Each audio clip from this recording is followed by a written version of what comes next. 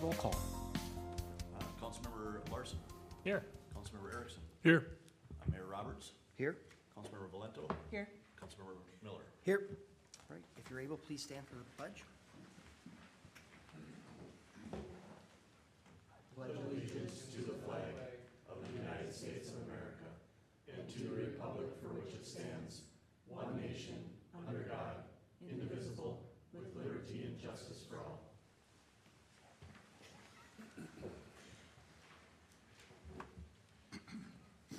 Okay, do we have a motion to approve tonight's agenda? Mr. Mayor, do you want to just make sure there's no other additions or subtractions before we have a motion? Any additions or subtractions before we make a motion to approve the agenda? No. Nope. Someone, I'll make a motion to approve the agenda for tonight. I'll second. any other discussion? All in favor? Aye. Aye. Opposed? Motion carries. All right. The number 5, awards and presentations section of our agenda. We're having Paul Peterson from Lakes Area TV give us an overview of cable overview and council chambers update. Hello, Mayor, Council. I have to admit, my heart skipped a beat. I've never been that high in the agenda before, so I thought somebody was gonna push me down there. So I am just here, 2 different reasons. I was mainly coming here because you guys want some upgrades in your room, and then Jolene suggested, since I've kind of met Mark, I've never met Kevin, that I just kind of introduce myself and what we do. So I will kind of go fast as I can, and then after we'll kind of talk about your chambers. So I am Paul from Lakes Area TV, and what I do, I'm the access coordinator. I also create films. I look for stories to tell around town. My training is 3D animation. I've been a graphic designer for many, many years. I've probably made 1,000 TV commercials for Comcast and Charter and things like that. And I just ended up in Forest Lake and got a call from the then mayor and said, come run my TV station. So that's what I do. So, and I love that. I love working here. I love the people I meet here. I love working with Columbus as well. I also manage the equipment, so I kind of research all the equipment that we buy, what's outdated, what isn't. I make sure that the system in here is running. You guys might not think I'm doing very good, but I spend a lot of time here making sure it works. So it's just, when you hit go, 1,000 things happen. So it's easy for things to break. And I put in a new system in Columbus, I put in a new one in Scandia. They just have different problems. There's just a lot going on. So we can talk about that going on.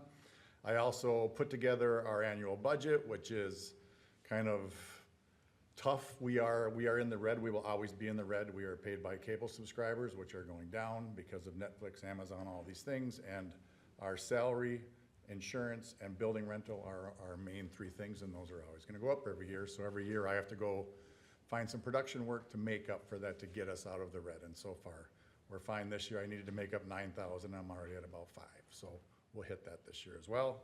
And I'm just a liaison. So I love meeting people in the community. It's what I do. I'm a pretty severe introvert, so I wouldn't have thought I'd have liked that so much, but I really do enjoy just getting to meet people. Kind of talked about that just with the budget, and there's a million stories I'd love to go tell. I have to be pretty selective. When I first got here, I agreed to everything, and a lot of things didn't get done. So I'm getting better at saying no. Got yelled at by my cable commission quite a few times for that. So I just have to kind of pick and choose which ones we do and how we do them, fastest way to do them. So I gave a presentation last year before you guys were here just on cable access in general. In case you're not familiar with it, I'll go through, this is just part of it. We'll go through it quick. It was initially put together in the 80s for government meetings. Cable TV was the only way for people to see government meetings. Since then, YouTube, cell phones, everything, that business model is pretty much gone. We actually, with Hannah, she's on our cable commission, we looked at the operating procedures and they're 100% obsolete. Nothing that was written in there pertains to what we do today. So we're rewriting all those. And so now it's more of a streaming everything. We have 4 different live stream events. And I just make a lot of things in the community and film a lot of things so people can see them, like we live stream sports for the school and stuff, like our football game last year, home opener, we had 9,000 people watch it live. And so I get comments from all over the country, grandparents, friends, thanking us that they get to watch these things that we do. We're on multiple platinums, so we live stream on our website.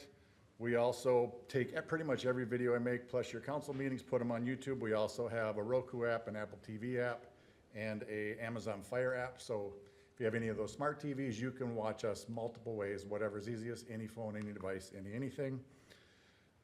I never want somebody to look at something I make and say, that looks like cable access. I hate that. That was a stigmatism that came back way back when. I strive very hard to make my productions look super high-end. I actually got nominated for an Emmy last year. And I'm using they're called Netflix certified cameras. I'm using the same cameras that Hollywood uses, and they are spectacular. So, and I mean, with my commercials, I used to make 3D animation. That's what I did for all these TV stations is I can, between my animation and my filmmaking, I can make pretty much anything somebody wants, depends on if I have enough time to make it. When I first got here, I came to city council, asked what they wanted me to do. There was no relationship with the schools at that time, so they said, go create a partnership with the high school. I went and introduced myself to Caldwell. He gave me a tour of the school. I said, let me build a studio here. He told me I was crazy. 2 months later, called me back and said, were you serious? Took about a year. I built a super cool studio in the high school. I work with students, I work with teachers. We create a lot of stuff there. It's pretty neat. Inside that studio, I built a podcast studio. And so students do sometimes they create homework assignments as podcasts. We do career launch podcasts where Mike and Molly come in and talk about the cool things that they're doing as teachers. I had students do one on video gaming. Anybody can do anything. I met with Mark when I first got here, and he said his last city turned all their city council meetings into podcasts. So I'm working on that. I'm trying to create a streamline so I can turn it over to my assistant once I figure out the easiest way for her to just take them. Once we put graphics in your meetings, we also upload them to our podcast channel. It's just Lakes Area TV. It's on Spotify, iTunes, Apple, Google, iHeartRadio, Pandora. Anywhere you find a podcast, you can find us. So your meetings very shortly will also be podcasts, unless you guys don't want that. And so I also take your meetings on my channel or on my website. You guys link to it. Columbus links to it. I try to make it so you can find any part of any meeting within a minute, either with our website or with YouTube. So if you go there, you can click on the meeting, the agenda pops up on one side, chapter markers pop up on the right, you click anywhere and it jumps right to that part of the meeting. Also, you go to our YouTube channel on the top, your agenda's at the top, all the chapter markers are in the description. So either way, you can find whatever you want in any meeting super fast. That took a little bit of work. We're also kind of a digital archive. I like to go film fun stories and tell what's going on in town, and I kind of consider us, that's the archive we're building. We've got thousands of videos between our channel and our social media and our YouTube, so I just like filming all these things. I get a lot of requests, you know, do you have this graduation from 15 years ago? And we usually have them somewhere. So, and then I just like meeting people in the community. That goes back to, that was weird for me, but I enjoy that quite a bit. So, and that's it. I'm open to, anybody ever wants me to film something, just call me, email me. I am open to any ideas. I'm smart enough to know I'm never the smartest one in the room. So I will take on, I love to learn stuff. I love to learn new stuff. Being in commercials, every client would ask me to do something. I'd always say, oh, my favorite thing to do. I've been doing that forever. No clue how to do it. Go figure out how to do it. And that's what I want. So you guys have an idea? I'd love to work on it with you. So that's me. That's Lakes Area TV. Any questions with that? No, but I think a commercial for the possible ATV, UTV ordinance would come in handy on the website. That wouldn't be a bad idea, do a video on that. A what? Well, on the agenda tonight is possibly passing an ordinance authorizing ATVs, UTVs, and golf carts on city streets. Sure. I think it'd be really cool to have an educational commercial about that, should it pass, and what people need to do to make that happen. It would be super fun to film something like that too. Right. So I got a lot of GoPros and drones. We could strap them on people and get cool angles and stuff. There are So, speed limits. yes. Great. So that would be cool. Yeah, and perfect. That's a perfect example. You know, reach out, I'll come meet with you and we'll figure out, you know, the message you want to get across, who your audience is, and we'll figure out the best way to tell that story for you. So I love that. Perfect. So then part two is you guys want some bigger TVs here. And so I think Mark was going to hand out, if you guys have that in your hands, I got an estimate from Bloom, who installed this system. They used to be called Tyranny. And we have a service contract with them. When stuff breaks, they come and fix it as part of the contract. So I had them come in for a proposal, and it was to move these TVs about close to 10 feet forward, maybe 8 feet forward, put them on, away from the wall so we could tip them towards the audience. And I think the difference was they're like 85-inch TVs, and if we went to a 90-inch, it jumped $5,000 a piece or something. It was kind of ridiculous, and that's why the size of the TV is picked there. As a little backstory for this, so when the building was first built, the system that was put in this room was just over $90,000. All the TVs, all the computers, all the everything, the system that we run in there.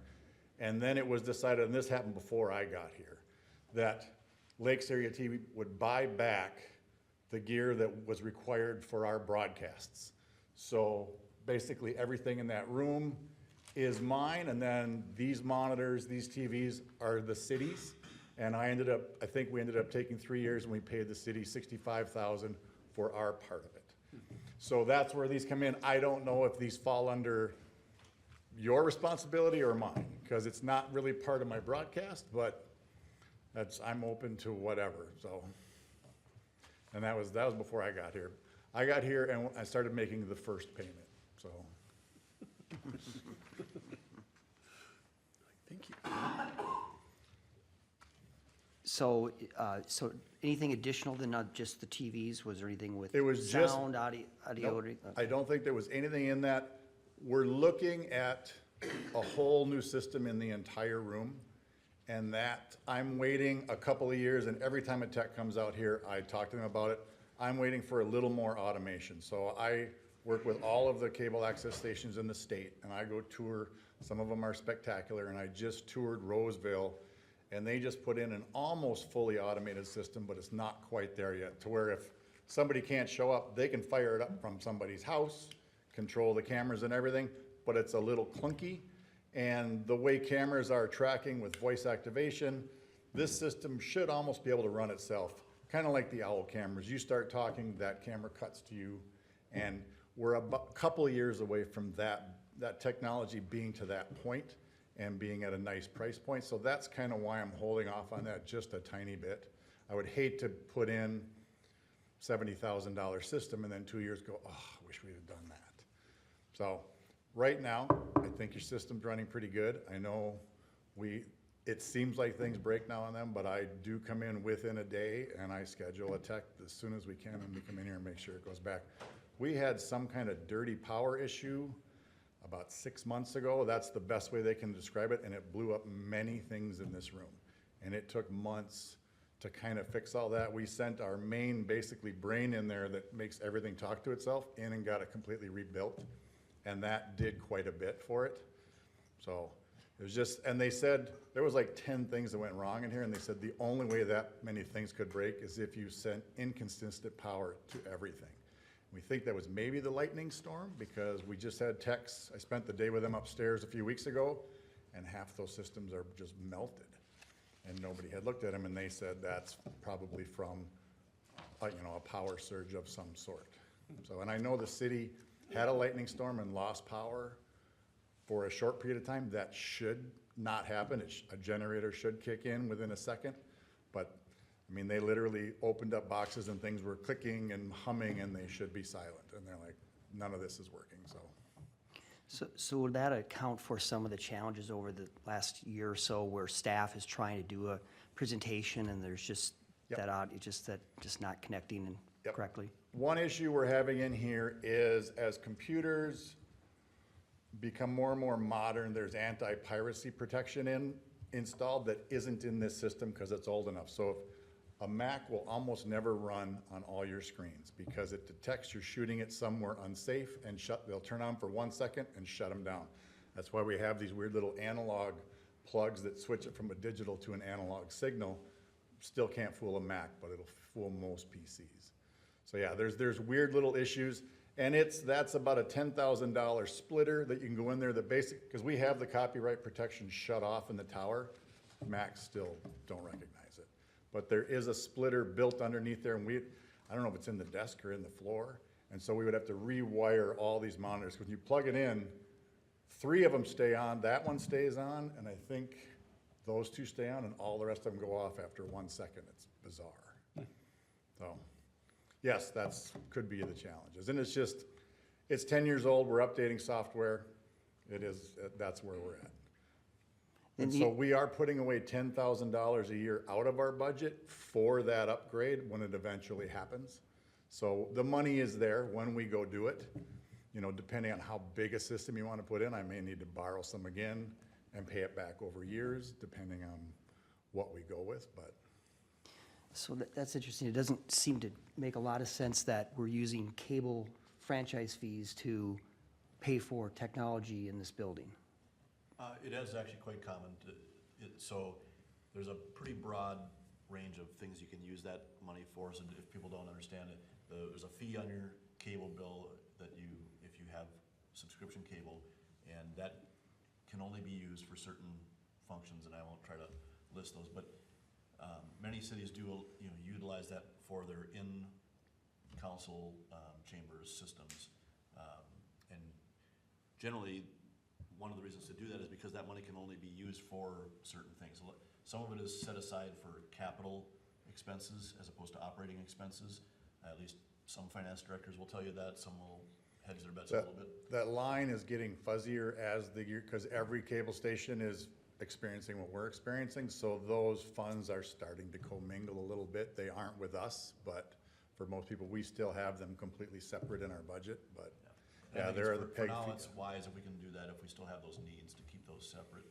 I will say too, the entire world of cable, local access cable is being turned on its head by this whole shift from broadcast cable to streaming, and the legislature is looking at those issues, and I think at some point it's gonna come to a head, and someone's gonna have to make a hard decision to say, okay, streaming services, we're now gonna be putting this charge on you, or something. Something has to be figured out. It's just not equitable anymore. I mean, it just, Paul and people like him are really suffering, having to try to have a declining income and an increasing expense line, not like most of us, so. And it's kind of a loophole that Charter, Comcast, Midco have found. So it was written that they are supposed to share a percentage for cable access TV. Well, now it's internet, and they're like, well, it's not specifically written that way. And even though that is how basically all of our content is viewed, is through the internet. I have smart TV or whatever, I have internet cable at home.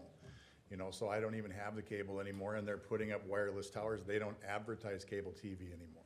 So Midco is actively trying to get rid of us because they don't want to give us a percentage of their money. There's fairly big lawyers, because St. Paul and Minneapolis have really big cable stations. They are multi-million-dollar operations. So there's legislation at the state capitol. I think we just got thrown out of it this year again. Last year we were trying to get into an omnibus bill, and at the last minute it got thrown out. It is literally a party line vote, and we don't go through. And so they're trying to figure out ways to get just a percentage of internet dollars. This year they put forth one based on your population. They would give you this much money, and it was nowhere near enough to cover how low our funds are, but it was kind of a Band-Aid to a point. Because last year they left it, the lawyers for cable left it far too open, so the cable stations came in and just basically screamed the sky is falling, and the meetings are hilarious to watch. They're like, if you pass this, no one will be able to afford internet, will be the end of everything, and so so there's people fighting for it. Whether it's going to eventually pass, I don't really know.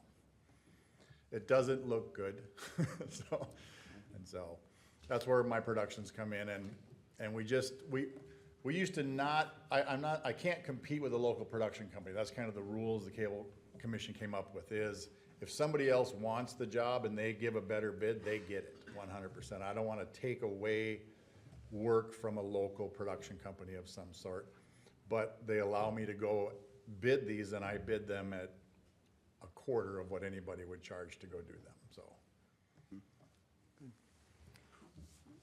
What do we do with this proposal? We bring this back to a future conversation? It'll come back on the next agenda as a consent agenda item if everyone's kind of. That was just to kind of introduce you to what it is, yeah. And so, yeah, we looked at it, and it's a rewiring. I think the way that it's worded is it expects the city to move the wires to there, and then the installer guys would come and actually install the TVs. And that'll all be part of a staff report. We'll Yeah. make sure the details are there for you next time around, as long as everyone's kind of comfortable with the idea of spending roughly 10 grand on getting bigger TVs and moving them forward and making it just a little bit better for the audience. And I explained to the installer that in a couple of years, we want to upgrade everything probably, so make sure we're putting in something that goes with whatever new we put in, so. Yeah, you know, being in those seats there and trying to follow a meeting with the current monitors is a challenge at times, so. Columbus and Scandia have gigantic TVs on stands they wheel out, but they don't look spectacular wheeling them out, so we're trying to come up with something that looks a little better. There wasn't really a way to make that one bigger. We'd have to start cutting away the ceiling and doing weird stuff. The guy walked in and said, no, you're not touching that one, so. Makes sense. Well, Paul, just appreciate your time and everything you do for the community. I would attest on the quality. Ann Margaret was in town for the Vietnam Veterans Day, and the video, the introduction video that came out, I thought was a national type video, and here was local. Until I saw local veterans on there, didn't even realize it. So everything you do is top notch, and we thank you for all Cool. your hard work. It's very fun. I appreciate it. All right. Thank you. Thank you. Next agenda item is open forum. This is an opportunity for anyone to come up and speak to any issue with the city, question or concerns. We try to limit to 3 minutes. When you come up, just please give your name and address. Mr. Mayor, I did have a sign-up sheet back there. I don't know. Chief was gonna go take a look, make sure.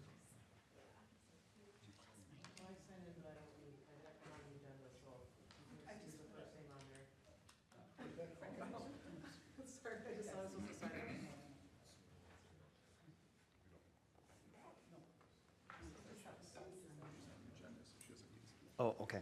All right. All right. Becky Jacobson.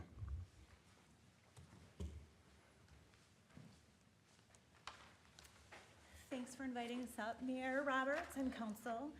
We live at 21176 Everton Avenue North. Yeah, and so it's right next to the Hazardous.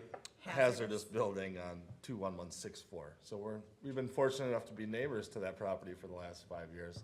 And, you know, since we've been there, there's never been anyone there.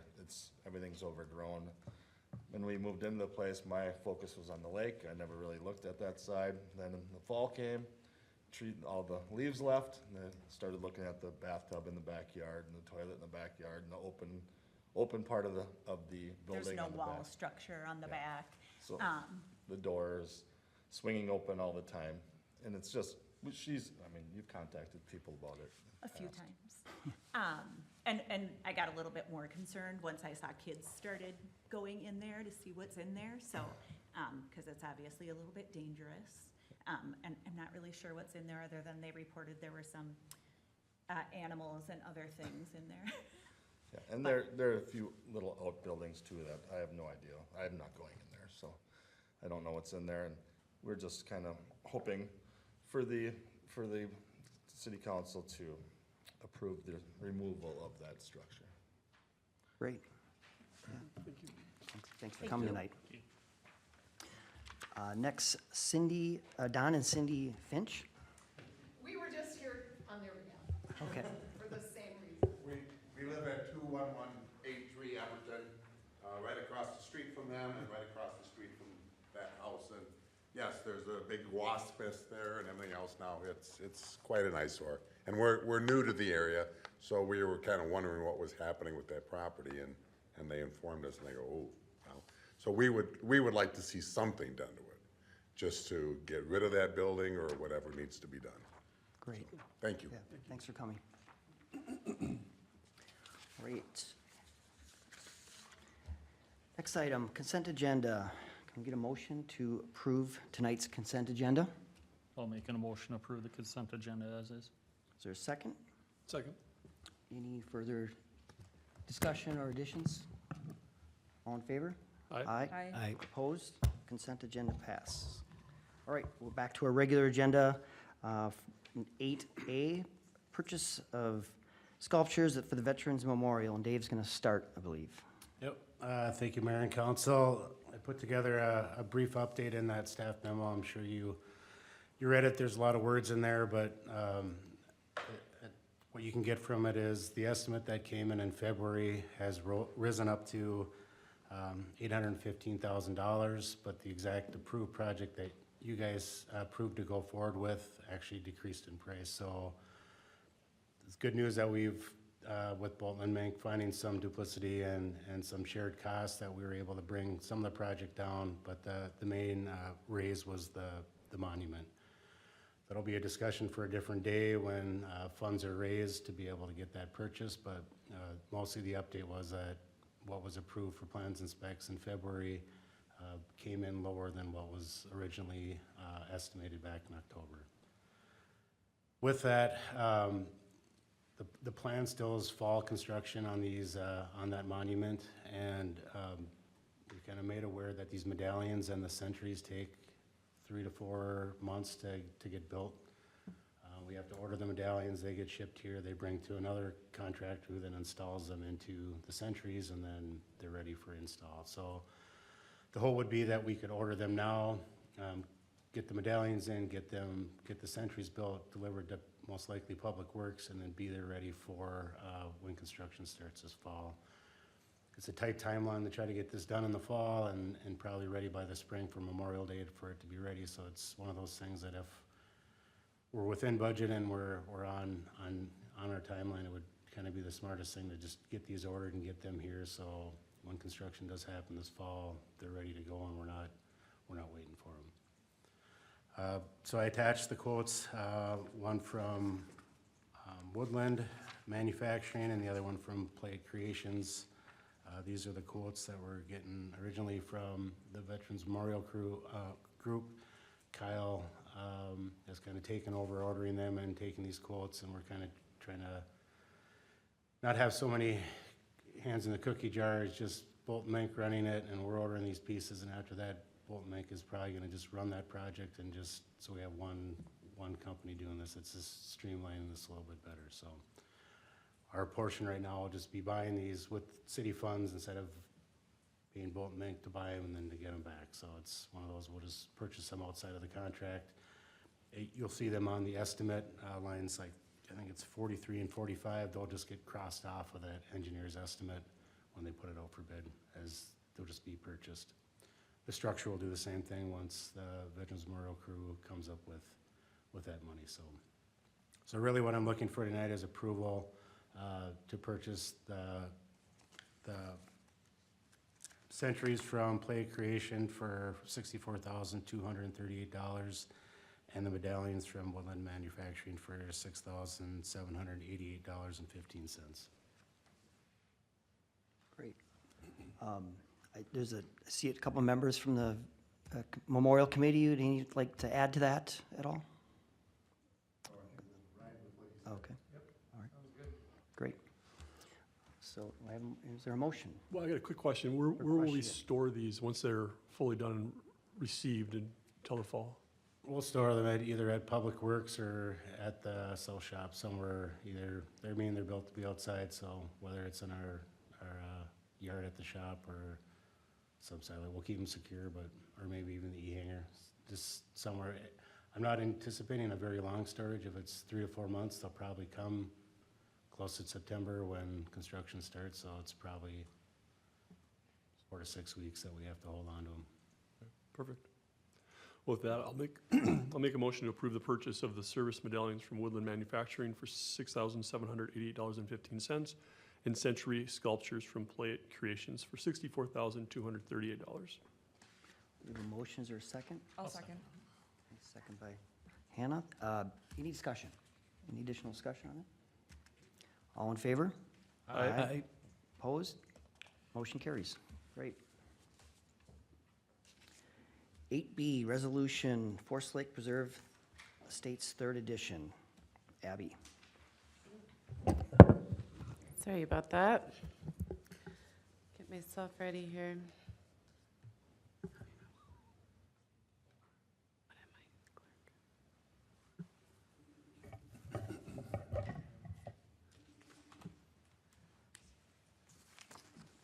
Can you plug it into the?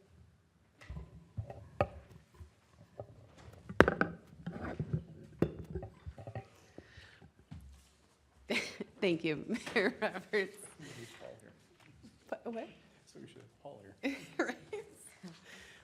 That's what we'll do. Next time Jolene's unavailable, we'll call Paul and see if he can help us with this. Thank you.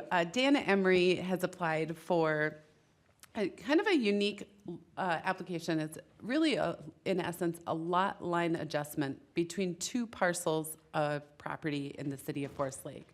One of them, a 5-acre parcel owned by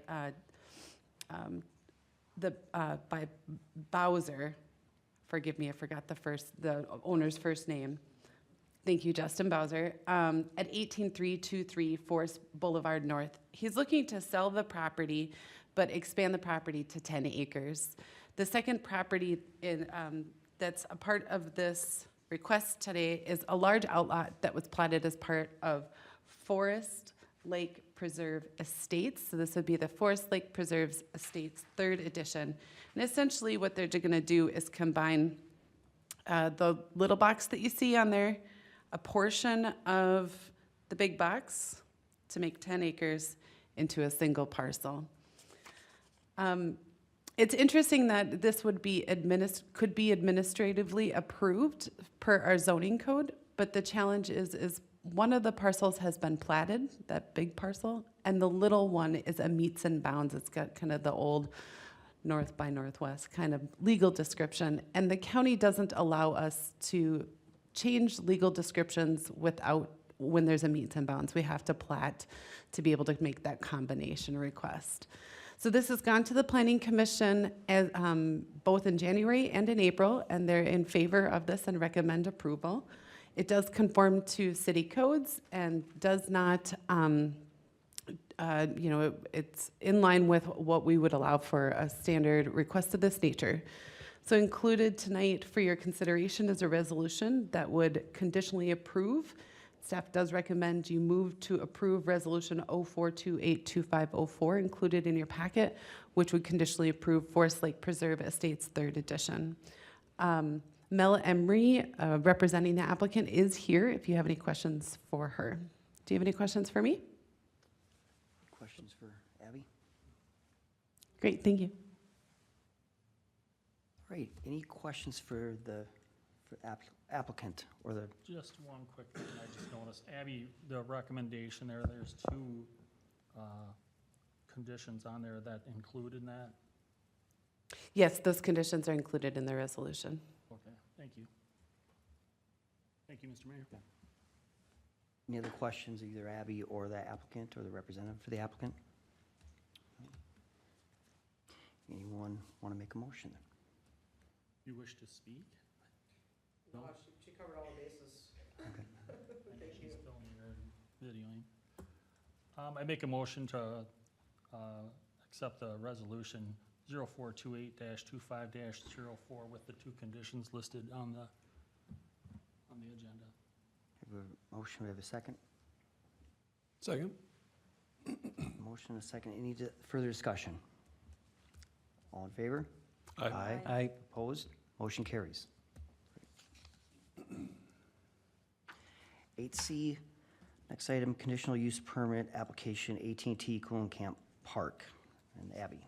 Thank you. I just want to clarify for the record, it is not actually the consideration of a conditional use permit, but the authorization of a permit submittal. So the city has been approached by AT&T, their interest in putting a new 100-foot monopole style antenna with a corresponding service area, gated service area for it in Kulenkamp Park, owned by the city. This type of land use action would require a conditional use permit, but because we are the owner, they cannot move forward without the council authorizing the submission of an application. And just to give you a little bit of background, they have provided some cellular coverage maps for reference. Everything that's blue shown on the map on the screen is low to no coverage. You can get good coverage outdoors, but indoor use starts to decline pretty dramatically. The yellow star is where Kulenkamp Park is, so you can see that much of that northeast corner of Forest Lake is a low service area for cellular services. With this new antenna pole, it would increase the services dramatically for both in-building and in-vehicle use, based on what their early analysis is. So just giving you a little bit of a before and after, and I can zoom in a little bit on these. They were included in your packet. Currently, view of Kulenkamp Park without the facility, but then this is what they would be proposing. Additionally, from the east, the ball fields, and they would propose it kind of tucked back in that far northwest corner. This did go before the Park and Recreation Commission earlier this month, just for their early input. The Park and Recreation Commission was not opposed to the potential installation in Kulenkamp Park. I think that they look at this as a potential opportunity to maybe help with some revenue for improvements into the parkland system. But also, we've talked internally as staff that a lot of times you can design park-related features into these monopole structures, including things like bulb field lighting. Those are things that AT&T has indicated that they'd be willing to talk about with us. So tonight for your consideration is whether or not the council would like to authorize AT&T to move forward with a conditional use permit request. If that is the case, they would then prepare their materials to be, to go through the public entitlement process with the Planning Commission. We'd also work out a lease that would come back before the council. So you'd see this again. But tonight for your consideration is whether or not you would like to authorize them submitting the application. Staff does recommend you discuss this. From a staff standpoint, from a community and kind of economic development standpoint, there are some definitely benefits, not just lease revenue, but to the residents and homeowners in those areas. This could dramatically help improve their communication services, wireless services in that northeast corner of the city. Great. Any initial questions or thoughts on this? Is there any chance of them putting up a pole that's a little less pole looking like? I definitely think that we can talk with them about a mask design.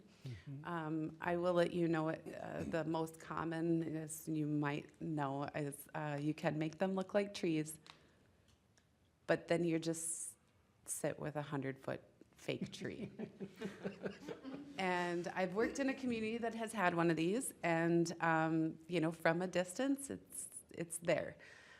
Sometimes those monopoles actually kind of can just, you know, wash out in the sky a little bit from the singles design versus all the accoutrements that kind of can get added to those monopoles to make it look like a tree. But yes, I think we can talk with them if that's the direction the city would like to go. Yeah, I mean, it's I'm not sure that I want a 100-foot palm tree there, but it's really going to stand out. But obviously, there's a significant economic development or service feature, but it will definitely be noticeable. We're not getting charged for that siren removal to that site either, are we? No, they do propose moving the siren. We haven't determined whether or not we would want that moved. It would allow for us to get rid of one wooden pole in the area. But those are the conversations that we would have with them about the other public benefits that we might be able to achieve through the installation of this private facility. So by approving this tonight, this is just really the start, and there's the whole process of the neighborhood being, you know, Yep. notified and feedback from them, and we're not tied to anything by just approving this. We are not. The challenge is towers are allowed by conditional use permit in the district. Conditional use permits are, it's essentially a permitted use that we can place conditions on. And they are a little bit harder when you can't necessarily say that there isn't necessarily a public risk. It just kind of can make it a little bit tricky if we started this process and then decided that there was some sort of maybe a health, safety, welfare reason we didn't want to see this, other than maybe the neighborhood just not liking it. We did kind of talk about the different processes that going forward in terms of having them go through the process and having it conditional upon the, you know, the council's approval later. But even for them to just consider submitting that application is really based on this body's desire. Yeah, I think that's an important question you've asked, Blake, and Abby's done a nice job of explaining it. And I think, I don't know if Amanda, you have any comments, but as Abby mentioned, it's an allowed use, right? So if a private property owner came forward and wanted to do this, it's a permitted use. Remember, a conditional use permit isn't the city gets a choice, it's the city can apply reasonable conditions. So it's not something you get to decide, I think we like this or I think we don't. It's, you could say, well, to Larry's point, could we make it a little bit different design, or could we put it in a little bit different location, or are there things we could do to make the project a bit more amenable, but to just outright deny it would be difficult. And so here, because we're the property owner, the first step we're taking here is to say whether or not we even want to propose this in the first place, because once we sort of do, it might be a bit more problematic to just outright deny. Is that fair? And Abby, were you, I'm sorry, did you kind of say that they would rather not go through that investment of designing this whole thing if they don't know for sure? I mean, I think AT&T is hesitant to do the engineering and design for something that they don't necessarily have maybe some assurances.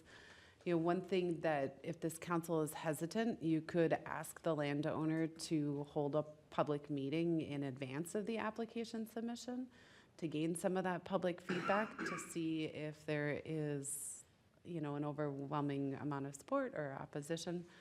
We certainly can provide them with the notification boundary area of those that would be noticed through the application review process. It's a little uncustomary and it would take some staff time, and without necessarily an application submittal, this would kind of be staff, it'd take some staff resources, but that I think is something that the council could direct staff to work with them on if you want so desired. So when you say the property owners, meaning The city? Yeah, right? either the property owner or the applicant. I would say that it would be, the applicant driven. We could host it here. It's almost like kind of going through that public notification process in advance of an application submission.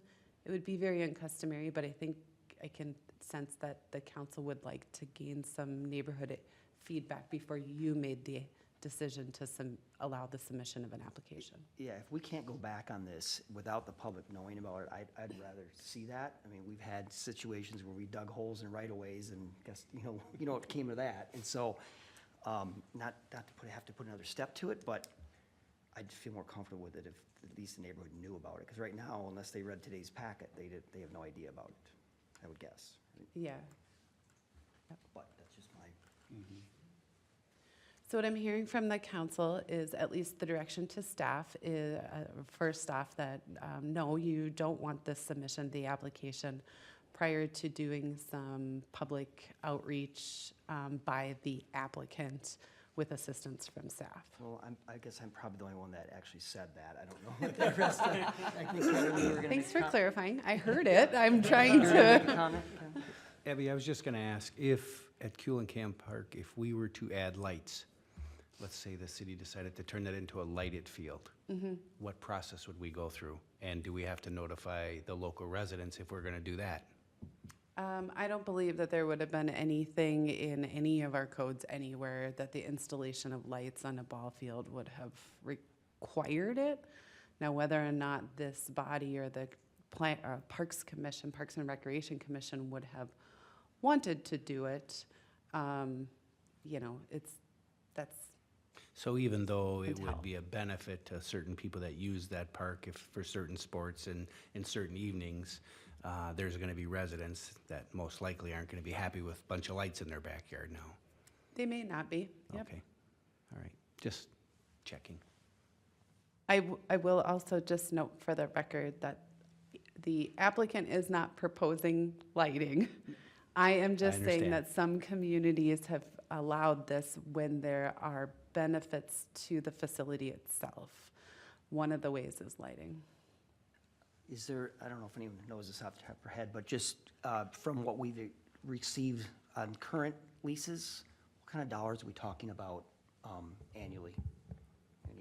Yeah, so, Your Honor, Counsel, these can be fairly lucrative for the city. So you could be looking at somewhere between $40,000 to $80,000 a year in lease revenue, depending on how the lease negotiation goes. I've done a few of these in some other cities, so I know exactly what the market needs to look like, which is a benefit for the city. And to echo what Abby said, a lot of cities do these in their parks because they do kind of disappear a little bit.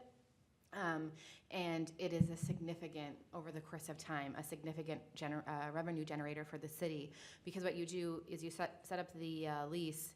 I'm not giving any secrets away. This is very much what all savvy cities do, where not only do they have to pay you rent, but for anybody else that they would co-locate on the tower. So when they bring in, there's the big players, AT&T, Verizon, Sprint, and I'm sure I'm forgetting some, T-Mobile. But then there are smaller entities that are kind of like your secondary market. Boost Mobile, I think, is one, and I know of a few others that are like kind of the the monthly non-subscription kind. And so they will bring them in as a subtenant. And so the leases are written that any subtenants, we would be getting a portion of that rent as well. So these can be incredibly lucrative for a city. Just to follow up, they are proposing a 30-year lease. So if you're thinking about that $40,000 to $80,000, there is a pretty committed timeline in which they would be seeking. Just, I would also say that those dollars don't have to go to parks, or it doesn't have to go to that park, but that might be some of the public input we want to solicit too, is do the neighbors feel like, well, maybe there should be some of that revenue set aside for improvements to that park, right? That might be kind of a mitigating way to say thank you to the neighbors for allowing this thing to be there. Again, probably don't want to commit the whole pot of that revenue, but maybe commit to something, not maybe a portion of that revenue every year, but maybe just some improvements to that park would be something that could be traded there. But I think, when I first looked at this too, I thought, oh gosh, people are gonna not like a cell tower in their park. But, in talking with some people on the northeast side, they're, no, we'll take it because we want the coverage, And I forget how important cell coverage is when you live in a place where you get cell coverage and then you go to somebody's house and they don't have it. It's in today's world, cell coverage is important and it trumps a lot of things, so.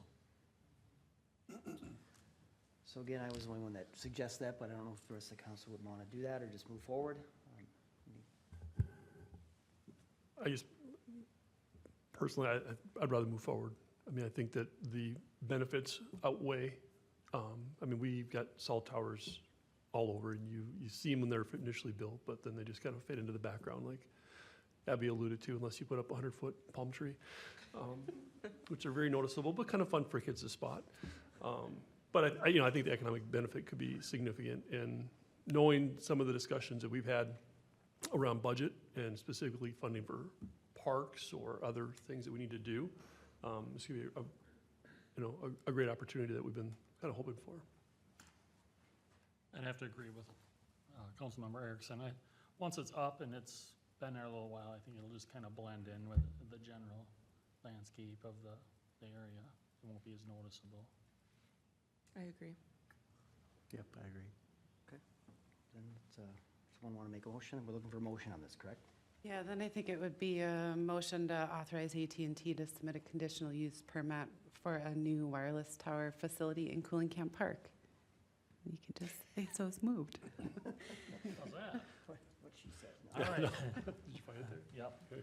I move to authorize AT&T to submit a conditional use permit request for the telecommunications facility in Kulenkamp Park.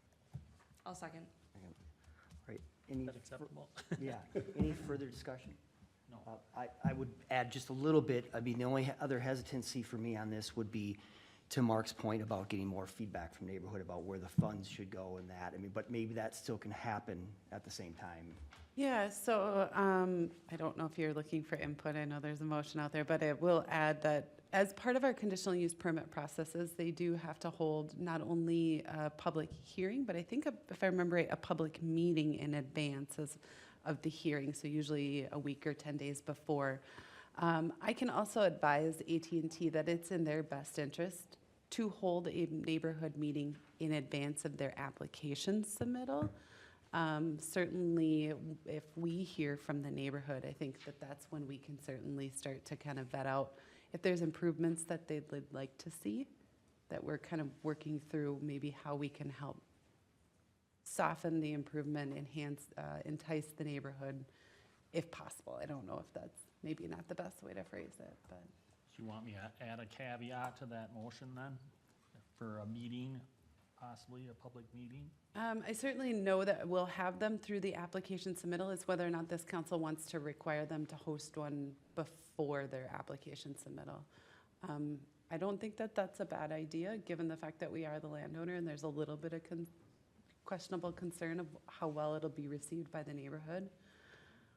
I would like to add that extra item then, pending a public meeting, reference that. Pending an applicant held public meeting in advance of application submission? Correct, thank you kindly.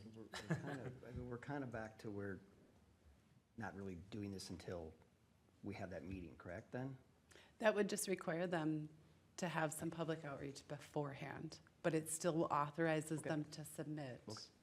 All right, so any other further discussion? I think just make sure we'll have the revised motion approved by the person who made the second. I'll second. Okay, so motion, no further discussion. Those in favor? Aye. Opposed? Motion carries. All right, Made that harder than what it had. maybe, but Sorry about that. no. Just for the record, Mr. Mayor, were you and I as well, or was it? Yes, so yes, 5-0? yeah. Okay, thank you. All right, 8D, a resolution order to correct or remove hazardous building at I got it 21164 right here. Everton Avenue. If you just want to tell me when to advance the slide, does that work for you? No? Why don't you try plugging in? That assumes that I know what slide's coming up next. That's just fine. Okay.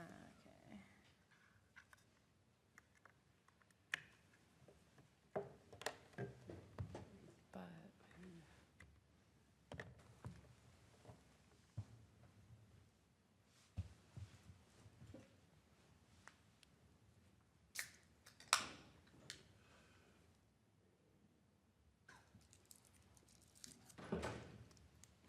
Is this, everybody see it good? Yeah. Thank you, Your Honor Counsel. So we will be talking about two different 463 actions, one for 820 17th Street and one for 21164 Everton Avenue.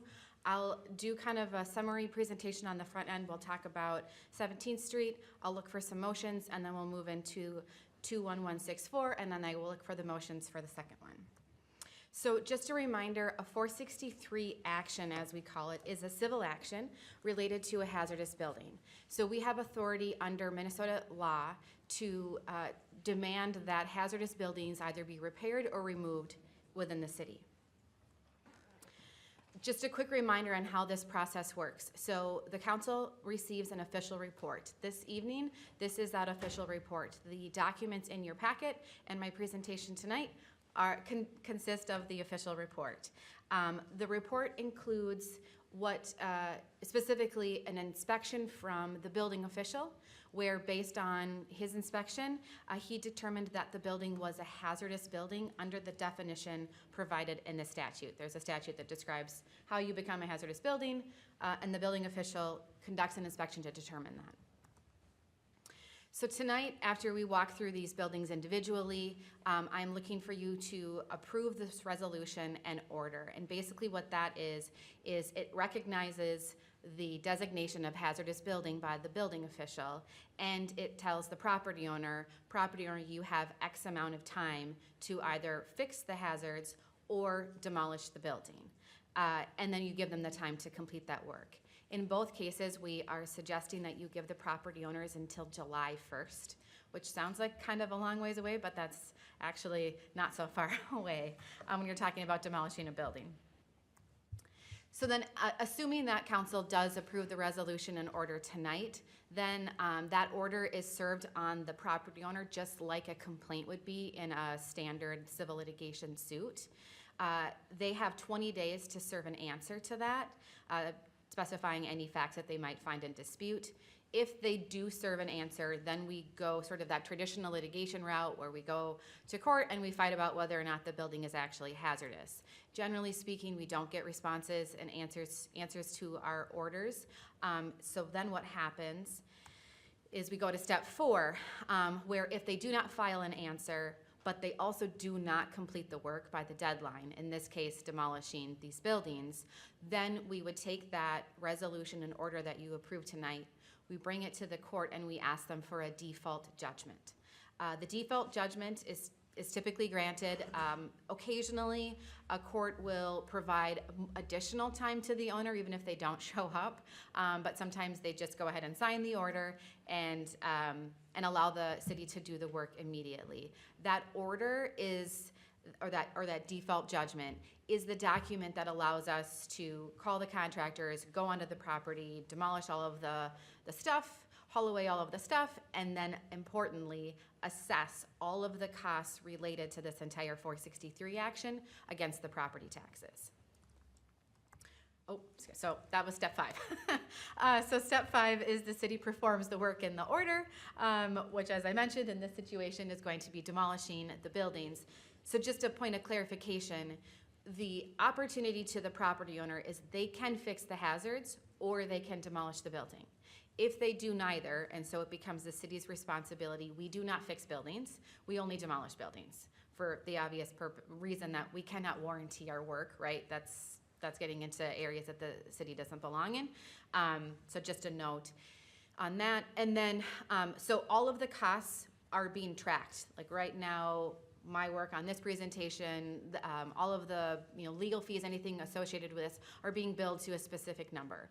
Once we get to the part of the process where we've demolished the building and we have all of these fees, those will be assessed to their property taxes at the end of the year. So in November, December, when you certify unpaid utility bills and that kind of thing to the county, these costs will be on there as well and they will be certified to the property.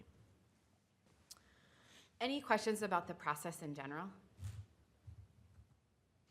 Okay, so we'll move on to the first property, 820 17th Street Southeast. This is a single-family residential property.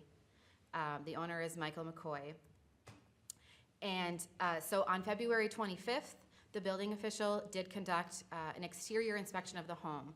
He did not go into the home. Some photos upcoming will show you why he did not need to go into the home to determine that it was a hazardous building.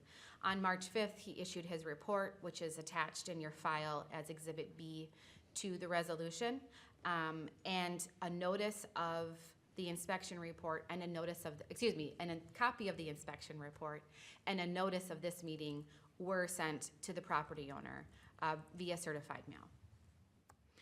So just to help you understand why he deemed this building a hazardous building, this is a situation where pictures are worth all of the words. So that you can see is obviously not a structurally sound roof. This is a door into the house where you can see that the floors are eroding. This is another picture of the home. Again, you can see the structure is starting to cave in. So as I mentioned, a notice was sent to the property owner letting him know that the building has been deemed a hazardous building. He needs to do all of the things to bring it to structural integrity and structural soundness or remove the building on or before July 1st of 2025. We did receive an email from the property owner today, this afternoon, acknowledging that he had in fact received the notice and that he recognizes that the cabin has been deteriorating significantly for the last 5 years. He is going to be working with a contractor to try to get it demolished. He said he didn't think there would be an opportunity to repair it. So he recognizes that the cabin has been dilapidated for a while. He apologized for that. There was some sentimental value, and that was part of the reason why he kind of allowed it to maybe deteriorate longer than he should have. So in this situation, we don't have any objection from the property owner. He's responded. That's somewhat unusual, frankly, to have an email like this from the property owner, but it's great because hopefully he will go ahead and demolish the building. However, if he does not, then we will go ahead and, assuming council approves, we can move forward with the 463 action. So the first step in this process is to confirm that the property owner is not present at the meeting. No. Okay. So then I would move to the first motion that I'm looking for council is a motion to receive the council packet materials and enter those into the record. This is sort of a procedural step, but it's important in the event that we were to ever actually have true litigation on one of these files. So I'm looking for that motion on your screen, if somebody could do that. Anyone? I'll make That a motion. I'll make a motion to receive the council pack materials related to 820 17th Street, including all exhibits, into the record. I'll second. Any discussion? All in favor? Aye. Opposed? Motion carries. Thank you.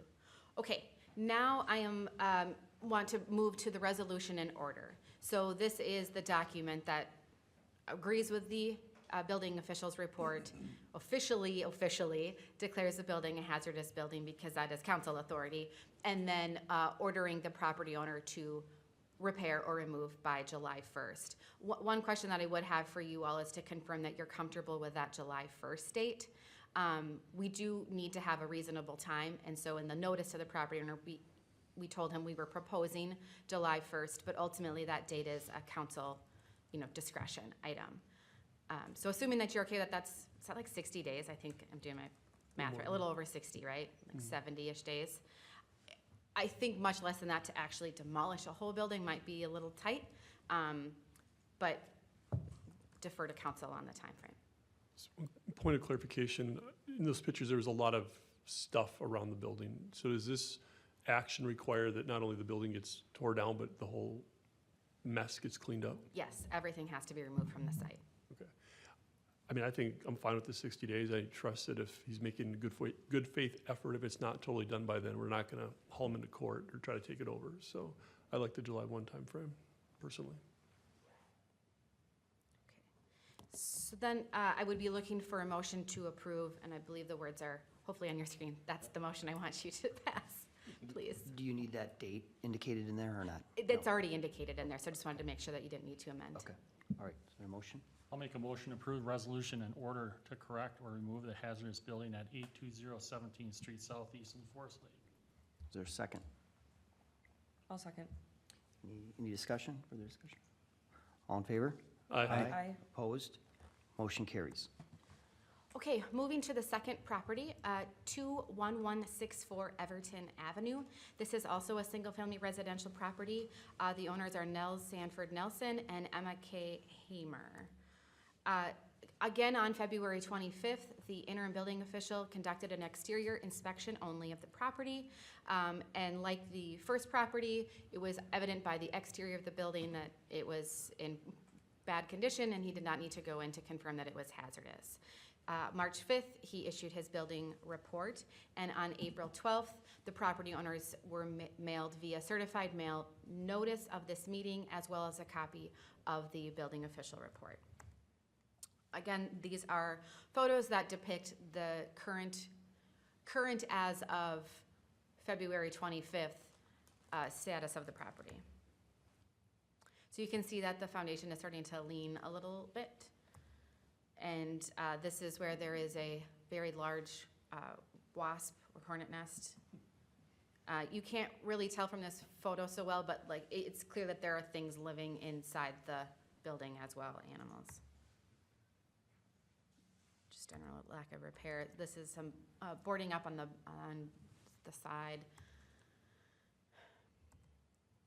And so that's you can see that the roof is caving in. There is obviously a giant hole. The property is in no way secure.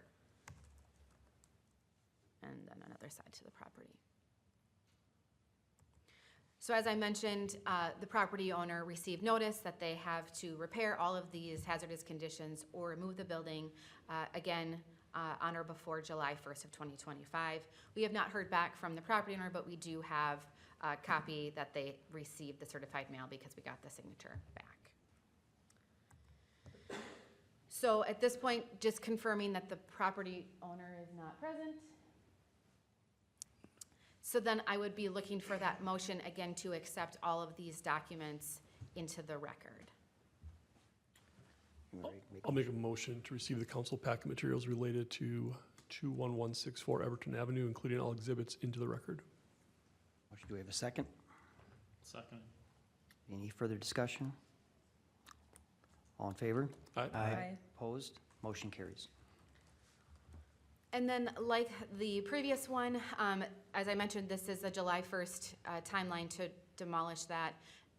We have not heard from the property owner, so I do not know if they will be demolishing this, removing the building. If they do not, we would be prepared to, on July 2nd, go out there, do an inspection, confirm that the building is still there, and then immediately file the paperwork with the court to get the default judgment to go in and demolish the building. Time frame on that, we probably have a solid 30 days, assuming that the property owner doesn't show up, of getting an order from the court. 30, 45 days, depending upon the judge that we get assigned to. So realistically, from a timeline perspective, it's unlikely that if we have to do the demolition of the building, that we will be able to get in and demolish the building until sometime in August at the earliest. So I just want to make sure that everybody has a fair expectation around the time. And that's assuming that we don't hear from the property owner one way or the other, right? That timeline would adjust if we heard from them from either perspective. So assuming that you are still okay with the July 1st deadline for this property, I would be looking for the same motion as last time. Anyone interested in making that motion? I'll make a motion to approve resolution in order to correct or remove the hazardous building at 21164 Everton Avenue in Forest Lake. I'll second. Second, any further discussion? All in favor? Aye. Aye. Opposed? Motion carries. Thank you.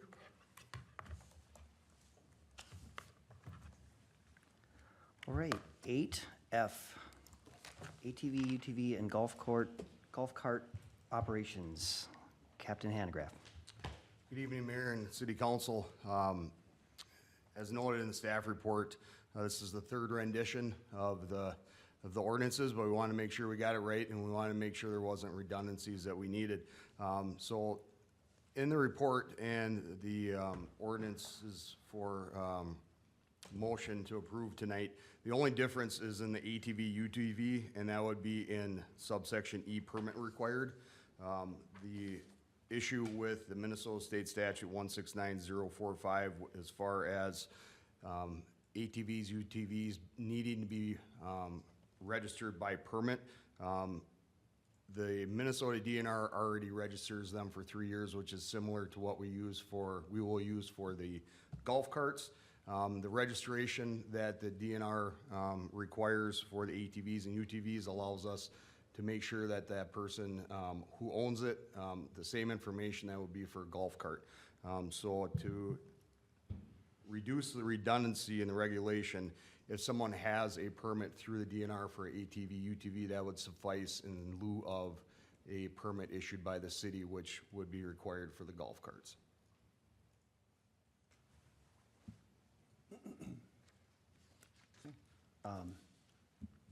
Go ahead. Also, the motion to approve the resolution of the ATV, UTV map is on the packet. That outlines about as best as we can where they will be allowed in the city and where they will not be allowed. That will be posted to the website, so it'll be interactive, and as the city grows and certain streets are created, we can update those maps as need be. Quick point on that, looking at that map, I noticed that there were some private roads that were excluded from the city map, which makes sense. What do we do in those neighborhoods where they might, as neighbors, allow, are we not policing that area too aggressively for that sort of stuff, or how do we handle that? The private roads, I think, is those issues that we deal with as they come.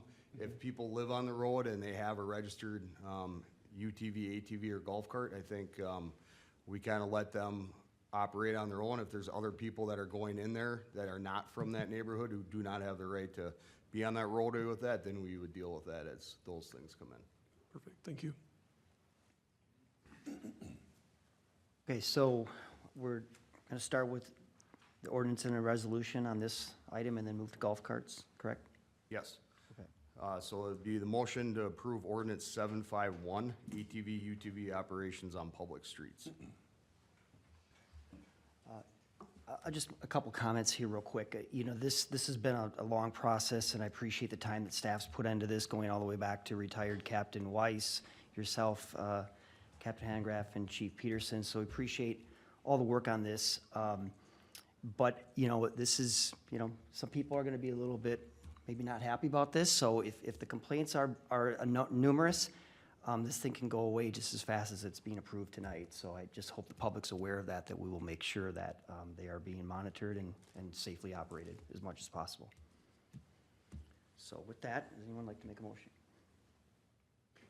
I'll move to approve ordinance 751, an ordinance repealing and replacing Title 7, Section 7106 of the Forest Lake City Code relating to the operation of all-terrain and utility task vehicles on public streets, and amending Section 3501 to include associated permit fees.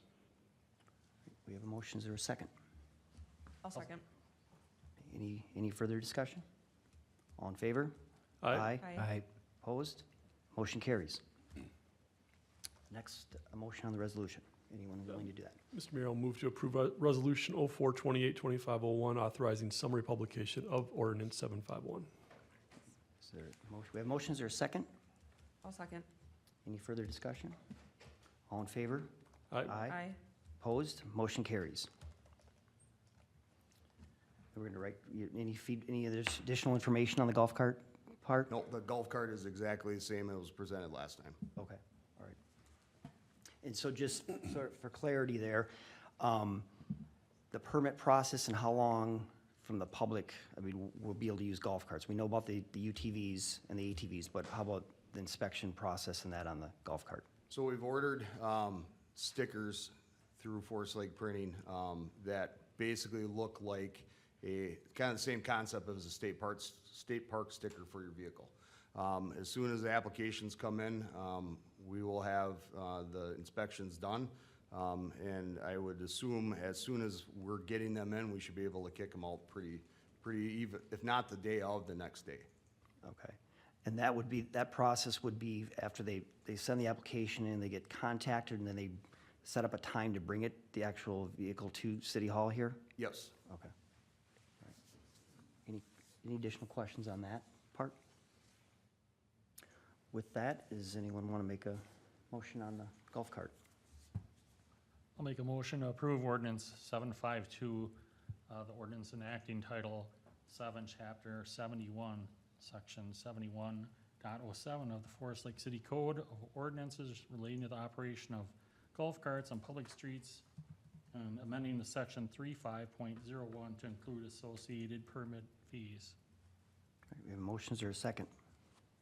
Second. All in favor? Oh, any just further discussion? Just one quick point. I think it would be a good idea to try to work with Paul and maybe make a commercial about this, because it's going to be a big change, and I know he'd do a fantastic job. All right, so no further discussion. All in favor? Aye. Aye. Opposed? Motion carries. Anyone interested in making a motion on the resolution? I'll move to approve Resolution 0428-2502, authorizing summary publication of ordinance 752. I'll second. All right, any further discussion? All in favor?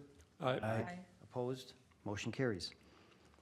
And Mr. Mayor, I'll move to approve Resolution 0428-2503, approving the ATV UTV street use map. All right, we have a motion, is there a second? I'll second that. Any further discussion? All in favor? Aye. Opposed? Motion carries. Great. Thanks for all the work on this, appreciate it. I think it's gonna be a great opportunity for the residents to explore the city, and you go to different restaurants and shops and utilize the lake in the wintertime, so thank you for this. All right, 8G, noise ordinance. Abby. Thank you, Mayor Roberts. In January of 2024, we adopted our new nuisance ordinance, and when we did that, we repealed current sections, or what was existing sections of the city code. Inadvertently, we repealed our noise ordinance.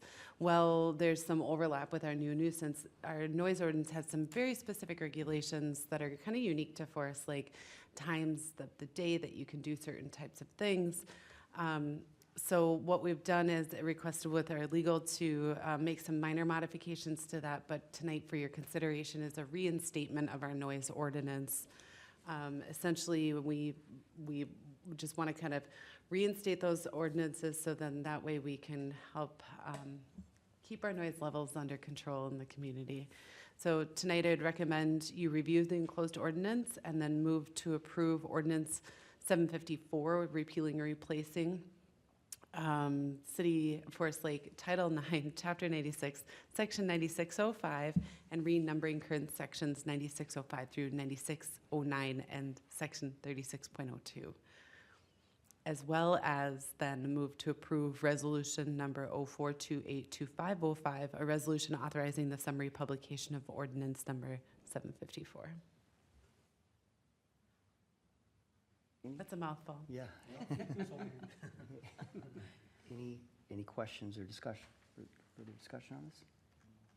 With that, does anyone want to make a motion on? And we don't need separate motions. I think you could do them both with one if you'd like. Okay.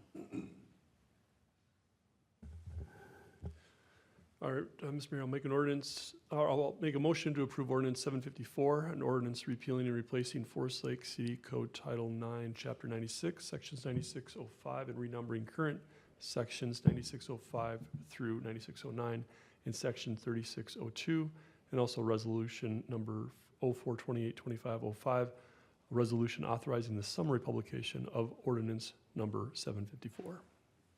We have a motion. Is there a second? I'll second. Any further discussion? All in favor? Aye. Aye. Opposed? Motion carries. Right, moving right along here, 8H, Public Right-of-Way Ordinance. Abby? Thank you. Again, in January of '04, when we repealed our nuisance ordinance, we inadvertently repealed some very Forest Lake-specific regulations that indicate when you can obstruct the public right-of-way for a parade. Otherwise, obstructions are not allowed, but we're a parade community, and there are times that we will allow people to put out their chairs. Right now, we don't have those regulations in place.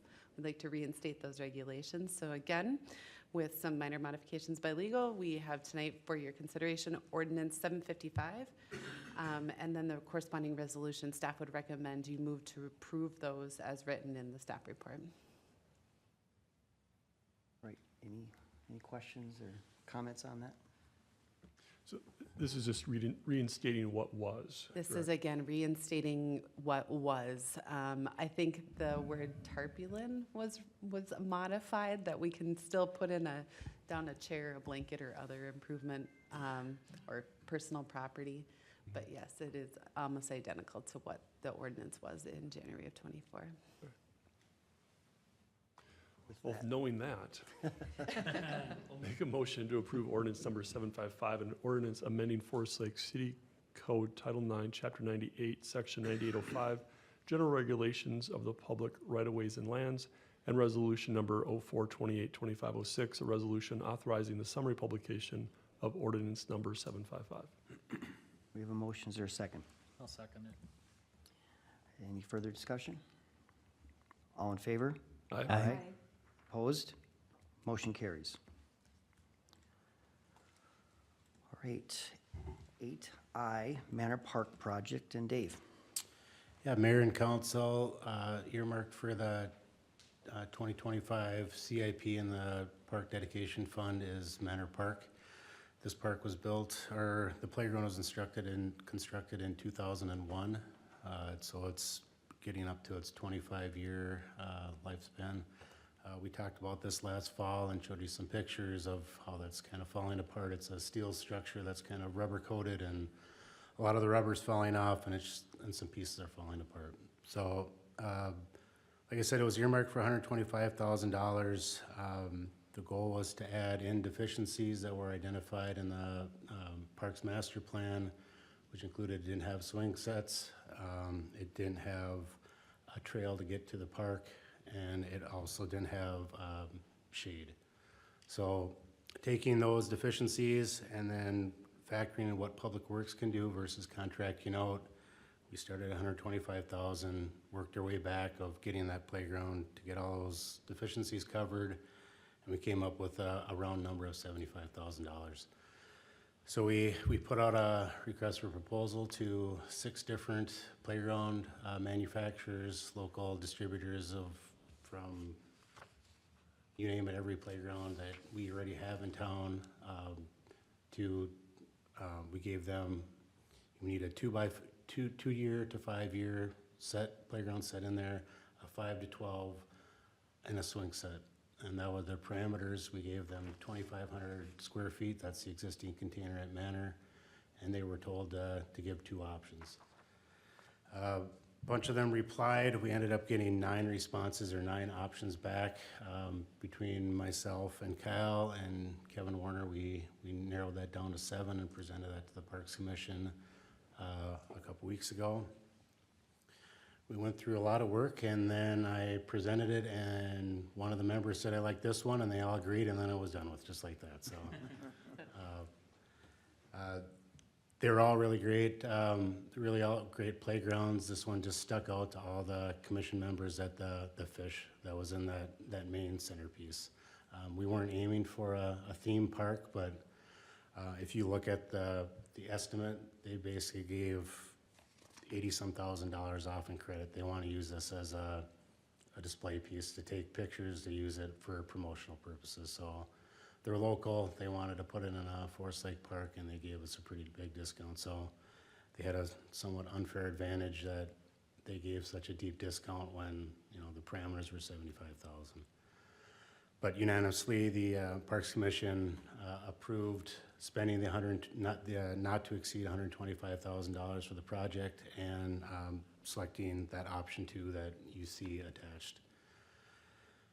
So if you have any questions, I'll take them right now. Otherwise, we're looking for recommendations for 2 things, or approvals for 2 things. Approval to spend that $125,000 so Public Works can start getting the border and starting to do all that kind of work and getting quotes for the path and the benches and the trees. And the other one was to place an order with Recreation so they can start building this playground to be installed in September. Okay, just a couple questions for clarification for the public. Whereabouts is this park? So Manor Park is on 213th Street right off of Harrell. It's a little neighborhood park. There's nothing else around there, so there's a neighborhood there, and it's right across the street from Chestnut Creek, and probably Chestnut Creek 2, and a future road that'll go through there as well. So it's going to be a very popular park. It's kind of, we joke that it's going to be called Fish Park, just like Dragon, we have a Dragon Park, and this will be Fish Park. So we've already anticipated that, and are going to build a kind of a gravel parking lot to start off with, just to have some off-street parking, because I think it's going to be widely used as soon as it gets opened up. But I think it'll be used as a neighborhood. We'll get a trail connection down Harrell. I mean, it's going to be walkable from a lot of different areas. It seems like it's kind of out in the country right now, but it'll be in a very populated area quite soon. And then, if it was in the packet, I apologize, but the funding on this, was this the levy dollars or park dedication, or where is this money coming from? This is coming out of park dedication dollars. Park dedication, okay. All right. Any questions for Dave? Or? No, he answered my questions just about parking, because I know there's really not any off-street parking there now, and there's a vision to have trail connectivity as well. I know that there'll be trails going down Harrell, the proposed Harrell that'll get reconstructed. Once all that development happens, we'll have a trail most likely going from 97 all the way down to 202nd. Whether or not there's a stub coming off of there, you're talking one house, so it's about 50 feet off of there. We're gonna start off with gravel. We don't have that funding to pave it in. I think we'll see how that goes, but I can envision that at some point you'll have to, but I mean, I think that'll hold 10 cars, off the street. So I think we'll start with that. We'll fill in that ditch and put a culvert in there and fill that in. So kind of anticipating that we're gonna have some issues there. It's a good problem to have, I guess. Yep. Anyone like to make a motion? I'll make a motion to approve the Manor Park project not to exceed the 2025 funded amount of $125,000. Second? Second. Any further discussion? All in favor? Aye. Opposed? Motion carries. Thanks, Dave. There's Oh, Second second, sorry, yeah, I didn't. So then we're looking for a motion on the quote from Plat Creations, correct? I'll make a motion to approve purchasing playground equipment from Plat Creations for the purchase price of $75,000. I'll second. Any further discussion? All in favor? Aye. Opposed? Motion carries. Thank you. Thank you. All right, 8J, bid award North Shore Trail and 2025 Street Pavement Maintenance Project. And Ryan. Mayor, City Council, in your packet, you have the bid results and award recommendation for the North Shore Trail and 2025 Street Pavement Maintenance Project. 5 bids were received at the April 17th publicly opened bid opening. Obviously, much lower than the estimates of the project. We were able to work with Elders to reduce the bond for North Shore slightly over 1.1 million. And then the local portion of the project also came under bid, and the amount budgeted for that still has quite a bit of funding left in that, the local street project, so we would work with Public Works and the contractor to come back to a future meeting to add some potential street lineal feet to that project, obtaining, exact pricing from the contractor, and bring that back for consideration in other areas in this project area. But tonight, our main action that we want to bring forth to you is just award the base total bid, which is Bituminous Roadways Incorporated, in the amount of $4,196,966.95. And that would include the streets that you see within your packets on the mapping. So with that, I would open that with any questions you might have and go from there. Mr. Mayor, if I might just add a couple of things. First of all, I think just, great news here on all fronts, to be able to save some funds here. What Dave and Ryan and I are gonna be talking about over the next few days is just our overall financial picture, not just with the street fund, but as a city. And we'll be reviewing our more global needs, and we'll bring back some things for you to consider. It's a tough scenario, right? You save some money, you'd like to put that in the bank and save it for a rainy day that we know is coming. Rain is predicted in the future. And at the same time, sometimes when you look back and you go, when prices were good, we should have done this, that, and the other thing, because now, doggone it, they're back up to where they were. And so sometimes this is a time to double down on spending, as much as it pains us to do that sometimes. When prices are good, maybe it is time to do that. But for right now, the action is to move forward with this, make sure that we lock this bid in. And that does need to be a separate consideration, and we do need the motion to be only on the merits of this project, and cannot really consider future projects as part of that motion. So that is why we didn't bring forward anything additional with this. We wanted to make sure that we secure this bid only based on the merits of this bid, and then we can consider lots of other stuff down the line. So anything additional with that? That's just on the savings on the local, but as far as keeping that bond at that higher price to do more, is that, are we still contemplating that or not? Not really. We could, I would,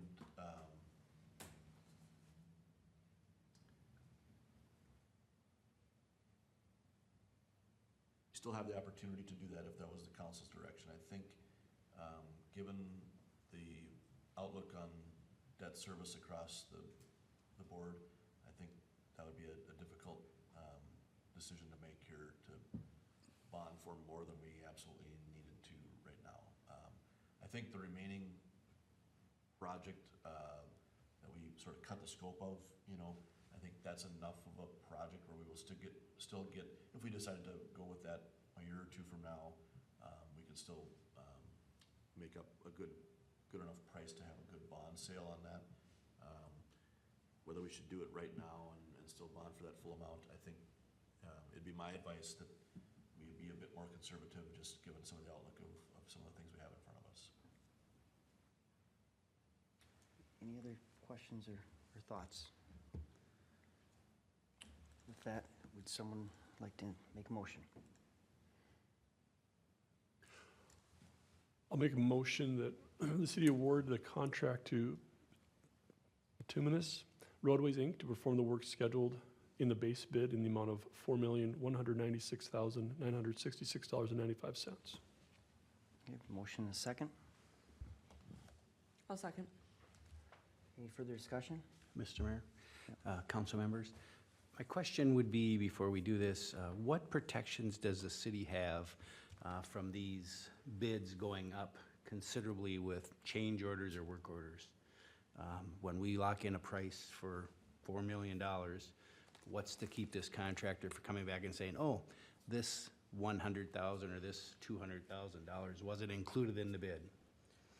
That's what we pay the man at the end of the day is over there to do, is to write a specification that is tight enough for them not to be able to do that. Our plans and specifications are very clear in laying out the scope of work, and, you know, it's why we don't just go get a couple of quotes and have them write up a sketch on the back of a napkin. This is why we do plans and specifications, and if you've ever seen Ryan's specifications, they're this thick. They have general conditions that contractors sign on to that are very specific and very tight.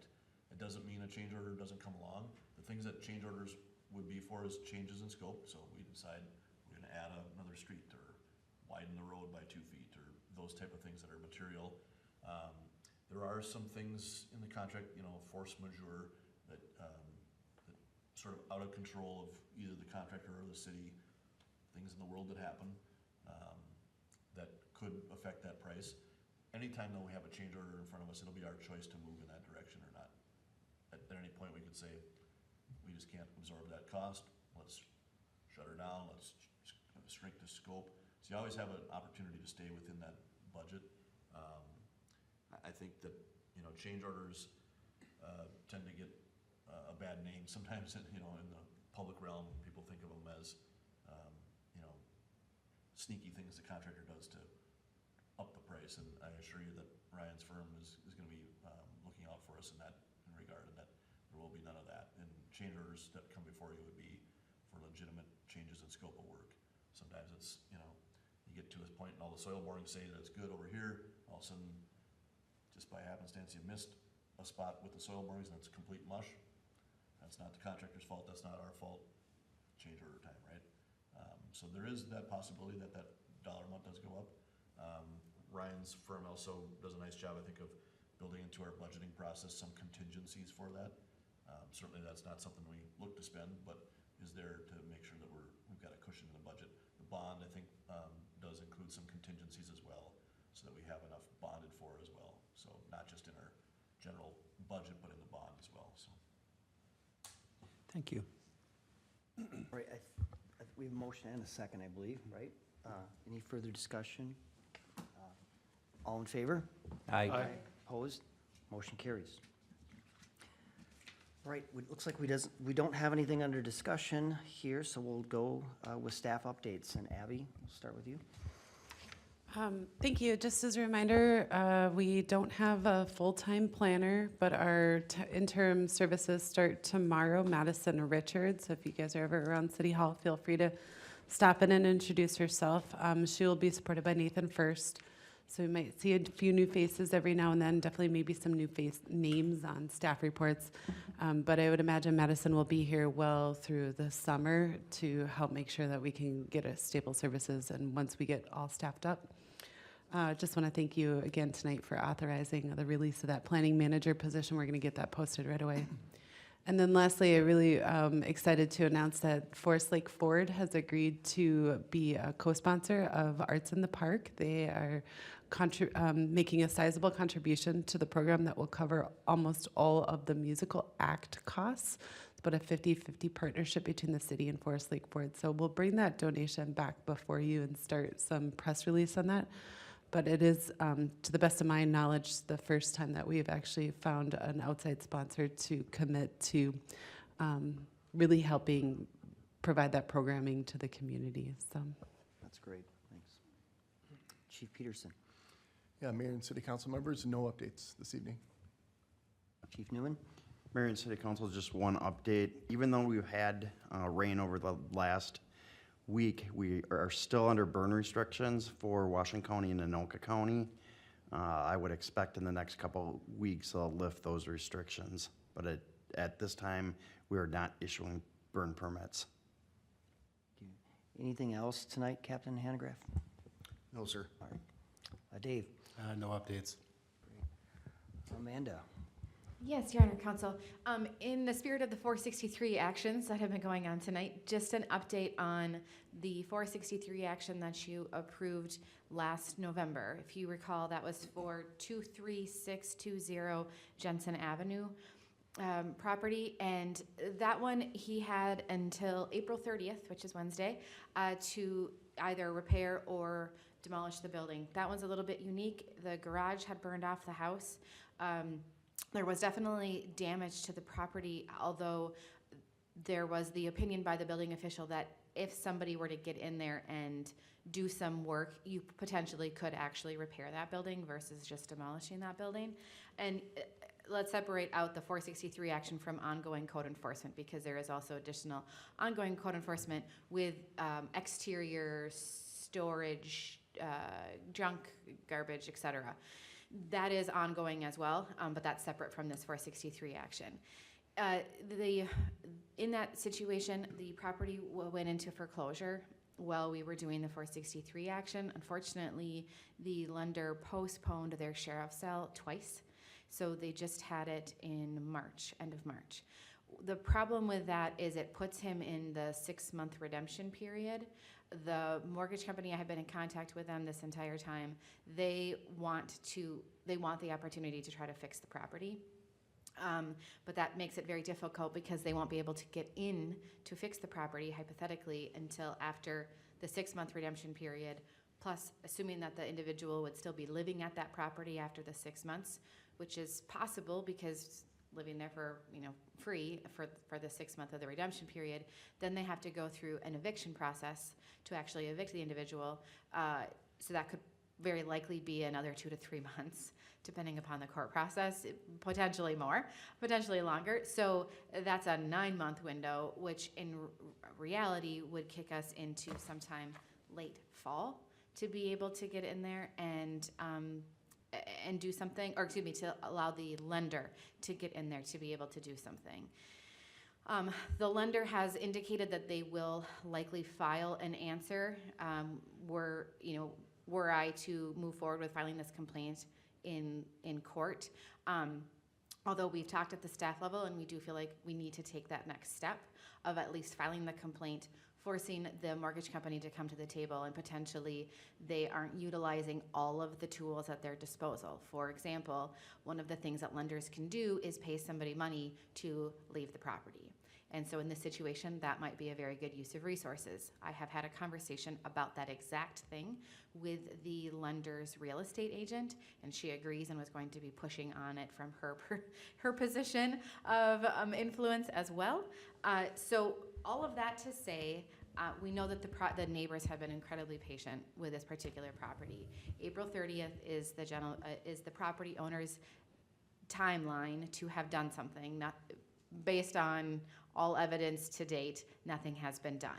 On May 1st, there will be, May 1st or 2nd, there will be an inspection of the property to confirm that it's still in the same or similar condition. And then next week, I will move forward with filing the complaint, unless I hear something different from the council tonight, but I'm seeing some head nods. And then move forward with a little bit more intentional conversation with the lender around the 9-month process really is too long. You didn't need to extend the sheriff's sale multiple times. You've kind of made the situation that you're in, so let's come to a conclusion that can be in the best interest of the city and the neighbors and frankly the lender at some point. So that's my update on that property. Do you have any questions or comments, or you don't want me to plan on filing this complaint in court in about a week and a half? Do it, okay. And thank you for trying to move them forward on that. This neighborhood has waited way too long for something to happen here, so however we can help expedite that would be great. Okay, yeah, and that was, I've been working with Mark and Abby on that and will continue to do so. And I do know that Abby is also working on the junk stuff abatement. That's just sort of ongoing and is going to be ongoing because I think as we're removing things, things are getting added. Abby, so any additional on that? Are we on site here this week, or We'll be on site next week. We've just been scheduling it with the removal company. Part of the challenge just is they do have to store any personal property that is removed. And if you remember the photos of the property, there's a lot of personal property, so it's kind of coming in waves. The first priority is always to remove trash to reduce any sort of vermin, but that is going to be just kind of systematic. The trash removal company or the junk removal company has requested police presence, so we just needed to figure out a date that works for them, for our police department, and then also just to provide a new courtesy notice to the owner that we will be on property that site, next week. So we are working on it. These aren't fast-moving processes at all, though. So any additional costs like that at having police, that's a tally that goes to assess to the property eventually? Yeah, Your Honor, Counsel, yes. So that should all be tracked, and anything that is related to a code enforcement matter in this particular situation in particular should be tracked and yes, can be assessed. And that is something that Abby and I have been talking about, and in terms of we have to kind of monitor when we've got one of these in a foreclosure process where we want the opportunity to get paid at the table of closing and not once there's a new property owner in, because sometimes they can get real angry when they, for whatever reason, don't know that there's a, say, $40,000, $50,000 bill from the city that needs to be paid. And on some of these 463 actions, it absolutely gets up to that amount when you're demoing a house or more. So yes, everything that, we're cautious about everything being allocated that can be billed back. Great, and I think it's just important with this delay that the neighbors are experiencing, that they see something happening on the property would probably help their patience level on this, so. Anything else, and Mark? Mr. Mayor and Council, what was laid in front of you here was our Friday update on Monday. Apologize for that. Everyone got their stuff to me on time, it's my fault. Didn't get out, so this is the little bit more robust update from the Public Works and Police and so on, and Community Development. I'll let you read through it at your leisure, but just a couple of things to note. In the Finance Director position, we had a first deadline for first review. We do have 4 applicants. I had a chance to look through those resumes today. Some interesting candidates, and we'll take a deeper dive on their background and see if 1 or 2 of them are a fit for an interview, and we'll keep you updated on that process and kind of go through that process together here. The classification and compensation study, we did get a number of proposals back, and staff is evaluating those, trying to weed through some of those and get to a group of those that we can again check references on and do some backgrounding on, and make sure that we have some qualified proposals. I will note that, I think we had 12 or 13 of those. Many of them were from out of state with no relevant experience in municipal world in Minnesota. But we do also have a number of respondents that did have that expertise. So I do think we'll have a couple of proposals to go from, and at a reasonable price. I think we'll be under that $30,000 range. So I think that's about what we budgeted, and I think we're in a good spot to get that done. So the other good news is that they all said that they could do it on time, and that was a concern that we weren't able to get this done in time to, you know, start, looking at contracts and that kind of stuff and impacting how that works, so. Speaking of contracts, we were able to reach a tentative agreement, with MAPE, our union of some of our management folks, and, that was last week, Monday, and so I wanna thank them for a nice, negotiation. I think we, came to the table with some good ideas and, reached a nice agreement that we'll be bringing to you at the next council meeting, so. I also attended the Metro INET, quarterly, board meeting. That was my first go of that as a Forest Lake, person. I just put on my different hat. I used to attend those as a center representative from time to time as well. Just highlights from their meeting was that, they did a class comp study a couple years ago and have kind of been updating that on an annual basis, which I think is an interesting tactic that we may wanna look at. Kind of a refresher for a couple $1,000 each year. You kinda get the person that, the firm that did your study can just kind of re-up that information pretty easily. And so they've been kind of doing that for 2 years now. And the news came back that, you know, everything is good, they're still within market, and so they're giving their staff a 3% cost of living adjustment, and again, found that they're within market conditions. They did end of the year $250,000 under budget, and have a preliminary look at their expenses going forward as a 6% increase, but that does not necessarily mean there'll be a 6% increase in our dues or our membership fees. That's just on the expense side. We think our revenues are going up as well, so we're hopeful that we can find a way to keep that increase at a modest level. So that's from that meeting, and then just a couple of communications things. This, you'll note, is getting a little bit longer each time. I think the next time this is in front of you, it will be significantly longer and a little bit more of, you know, I gave Dave a little hint about pictures, and he provided some nice little photos, so hopefully we'll make this a little bit more readable, so you don't have a Bible in front of you every time that you have to sift through. And just I want it to be a bit more visually pleasing and public facing, I'll call it. And at some point, this will become a bit more of a public update as well as an update to the council. And that's my goal, is to make it an update that everybody can read, whether it's staff, whether it's council, whether it's the public, and make sure that we're public facing and as transparent to people and communicative to our residents as possible. And hopefully without too much additional work from staff, right? We're just gonna be pivoting what we already kind of do into a little bit more of a readable version, hopefully. Then one little initiative, and I know it's a small thing, but I just wanna let you know that we are taking some steps to, again, make communications better. We did an audit of the website. Each department kind of went through the website, their own portion of the website, just looking for little stuff.